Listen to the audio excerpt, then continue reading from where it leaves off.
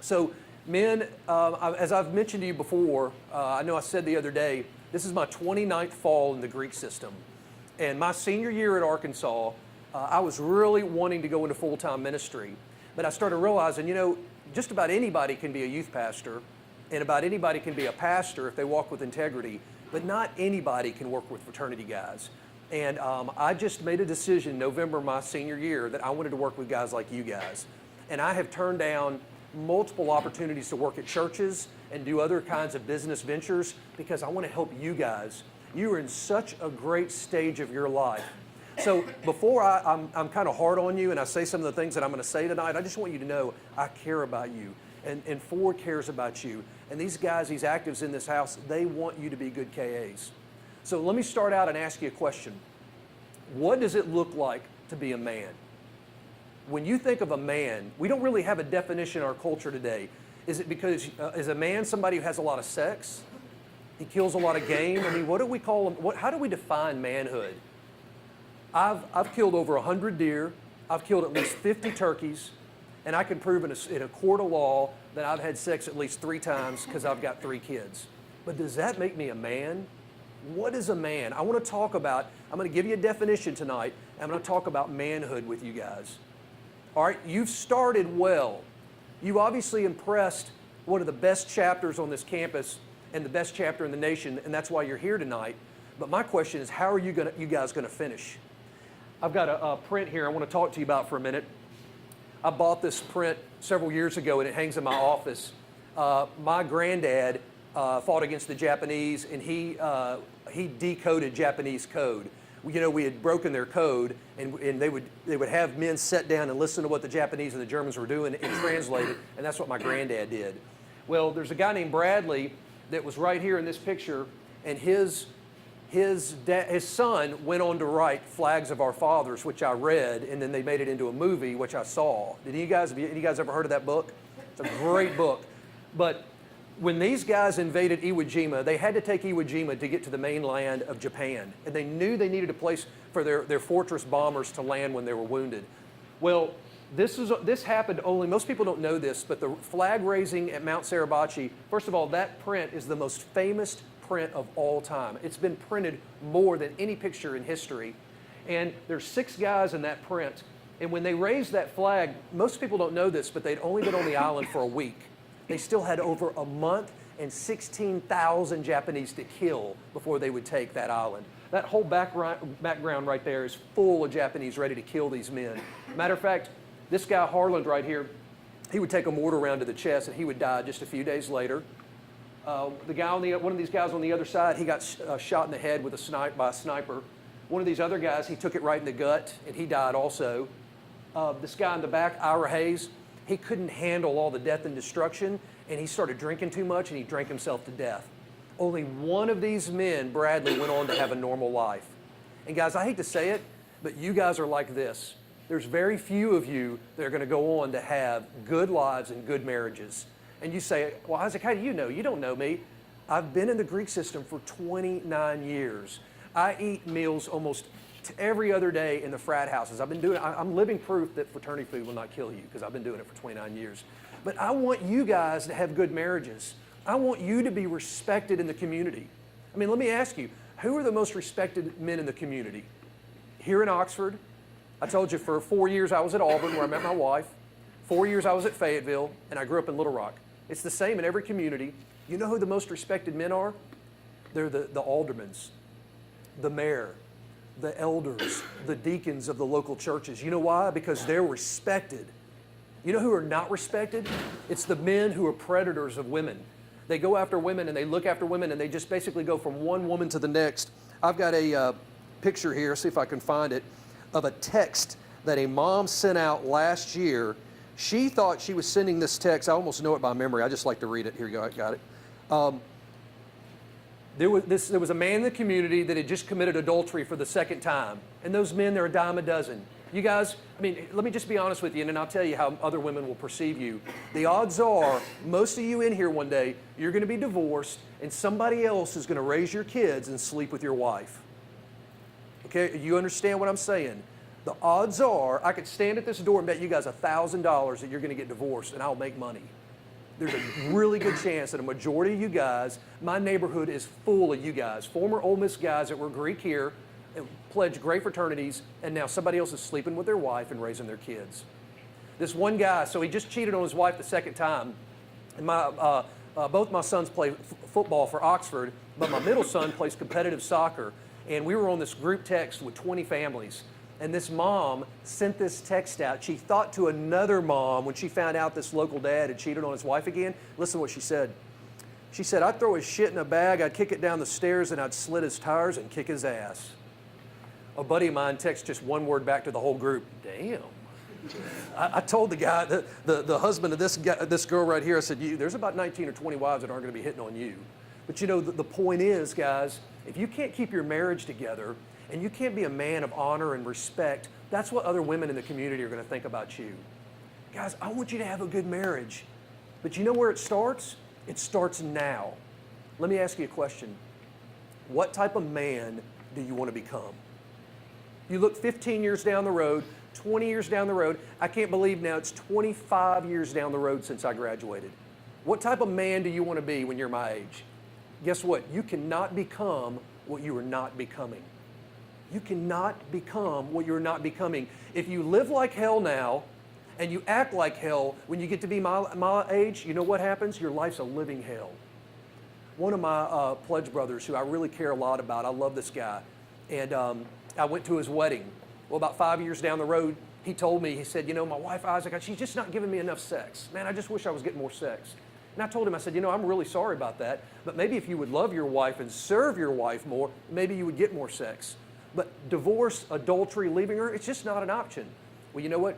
He didn't listen to me. He left his wife for another woman who I'm assuming produced more sex initially. Well, he left his wife and 2 girls for this other woman. I tried to call him and check on him about a year ago, and one of my other pledge brothers said, Isaac, he's not going to take your phone call because he's so embarrassed because now he's got 2 ex-wives and 3 kids, and he doesn't even get to see them. And he's working 2 jobs to pay for those 2 ex-wives and his 3 kids. Guys, do you want to be there one day? Because there's a really good chance that's going to be your life. Let me give you a working definition, and I'm going to tell you some good things and some bad things. Because to be honest, the reason I'm talking to you like this right now is I really do want to scare the hell out of you so that you'll have good marriages. I want to bump into you one day and you're one of the more respected guys in your community. I get to meet your wife and your kids and you've got a good marriage. That's really rare in today's culture. All right, so here's a definition of manhood that I got from a guy named Robert Lewis out of Little Rock, Arkansas. A true man rejects passivity, he accepts responsibility, he leads courageously, and he invests in younger men. All right? He rejects passivity, he accepts responsibility, he leads courageously, and then he invests in younger men. Did you know that the culture today, studies are saying that I shouldn't even call you men, but I should call you boys because you're living like boys. And they've actually come out with a new term for your age group, and you've just graduated out of childhood and now you're into boyhood, and you guys will live like boys, little boys, until you're mid to late 20s. But that's dangerous because when you live like that, what you're reinforcing is what I call the 2 lives lie. I can live like this in college, and then one day I'll miraculously turn my life around and I'll end up like this, happy, married, good sex, a great wife. But guys, it doesn't work that way. When you live like this, you end up with people like this. I can tell you story after story, but here's my challenge to you is to think about what type of man do you want to be? And in order to be that type of man, you can't be passive. I've got some notes I want to refer to, and there's a few things in our culture that, well, there's several things in our culture that in and of themselves are not so bad, but you guys have about 4 or 5 things that we did not have when I was in college. And I'll list the things, okay? Multiple, if not hundreds of hours of gaming a week. We didn't have that. You know what we had if I wanted to go play a game was Pac-Man. Okay, that's what we had when I was in college. Cell phones. Now your parents, when we were in college, we were so much more individualistic. I talked to my dad maybe every other month. I talked to my mom every few weeks. You guys, with your cell phones, your parents can just hover over you, and I call you the helicopter generation. Your parents just want to control you. And guys, you got to be men. And men step out from under that. They respect their mom and dad. They're honored their mom and dad, but you become a man, and you reject that passivity. I believe, and you guys know I'm a campus minister, that our passivity goes all the way back to the garden. When God, if you look at Genesis chapter 3, when he came into the garden and the Adam and Eve had sinned and Eve had eaten the apple, did you know that God didn't say, hey, Eve, where are you? He said, hey, Adam, where are you? What have you done? And in Romans it says, through one man, Adam, sin into the world, and through one man, Christ, all can be saved. You see, Adam gets the brunt of the blame. Guys, we need to reject passivity. And what's problem in our culture today is because you guys have become so passive, girls have become more aggressive. So you've got girls throwing their bodies at you way more than when I was in college. If you reject passivity and you accept responsibility, you begin to say, I'm going to accept responsibility in the way I treat women. I'm going to accept responsibility the way I treat my pledge brothers and the way I treat this house. Two negative illustrations. For example, social media, I wrote that down. That is a dangerous thing. There was a Phi Tall last year, you all, at Georgia Tech. I don't know if you heard about this. But he wrote online how to drug girls so that you could take advantage of them and get sex. And he even mentioned the word rape. And it went online. Now, not only did they kick that guy, I think they arrested him, but I think they suspended that chapter at Georgia Tech. And I just randomly turned on CNN one day, and they had a panel of people discussing whether fraternities should even exist or not. You see, when you make bad choices, it affects all of us.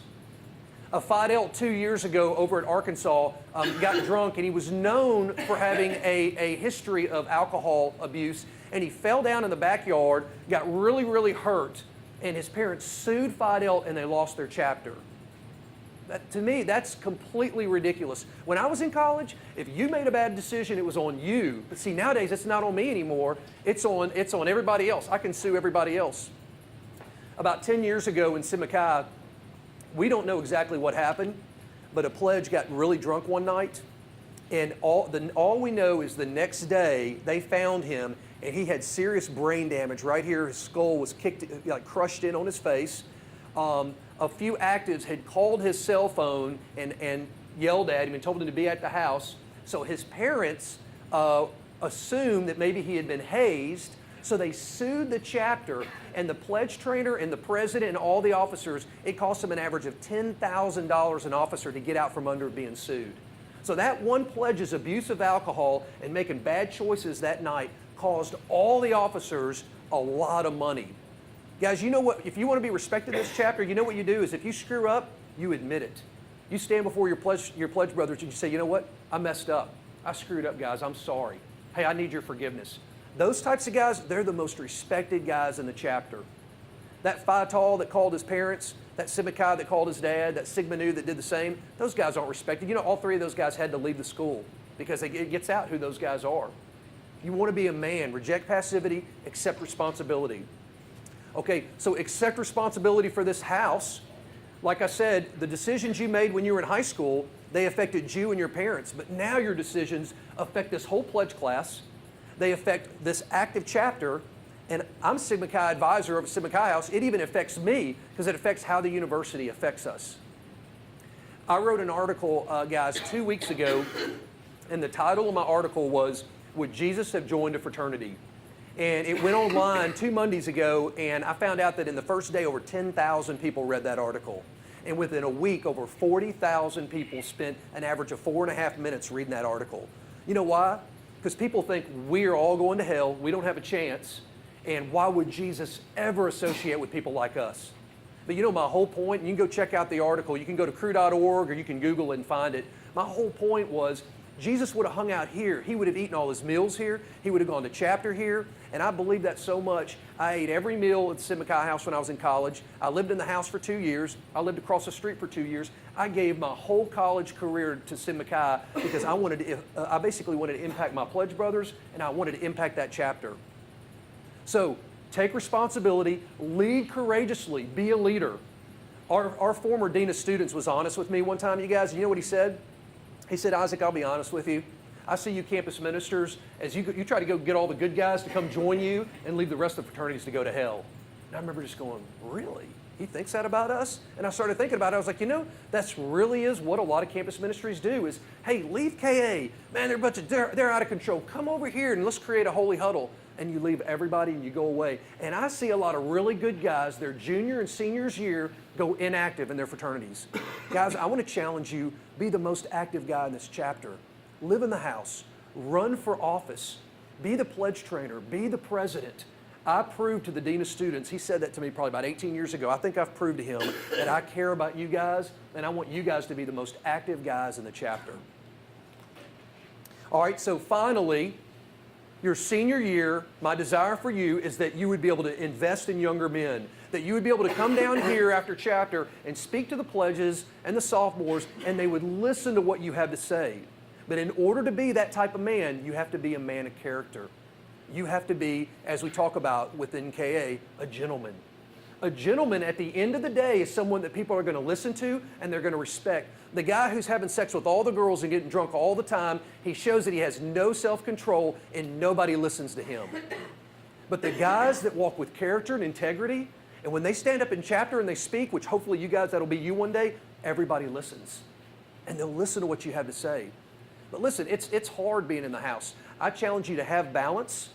I tell you guys, like I said the other day, try to find a church, a campus ministry to get involved in. Have balance in your life. Because if you're not, you'll be like so many alumni that I talk to now that say, man, Isaac, I just regret my time at Ole Miss.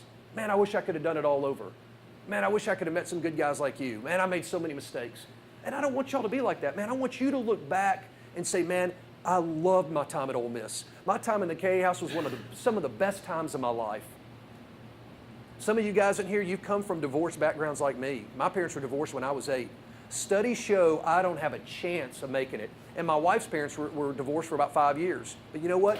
We've been married for 22 years. I'm living proof that you can beat the odds and you can have a good marriage. But it starts right now. The man you are in college is the man you are for the rest of your life. The man you are becoming right now as your freshman year, you're making choices right now, and that's going to be the man everybody's going to see you. If you make a decision your junior, senior year and all of a sudden decide, you know what, I'm really going to clean up my life, most people aren't going to trust you. They're going to go, whatever, man. We know how you are. Right now is the time to make your decisions. So, reject passivity, accept responsibility, lead courageously, and then invest in younger men. As I close out tonight, I just want to continue to challenge you with one final thought, and that's this. I had a friend of mine a friend of mine is a pastor up in Fayetteville, Arkansas, and he had this multi-million-dollar Walmart exec take him out to lunch one day. And the guy said this, he said, I've been so successful, I've made so much money, but I've done nothing of significance. Can you help me? And guys, our communities are full of empty men who are unhappy, and they're successful, but they've done nothing of significance. I want to encourage you to hang in there. Be a servant, get initiated in KA, make your grades, and be the most active pledge class in this chapter.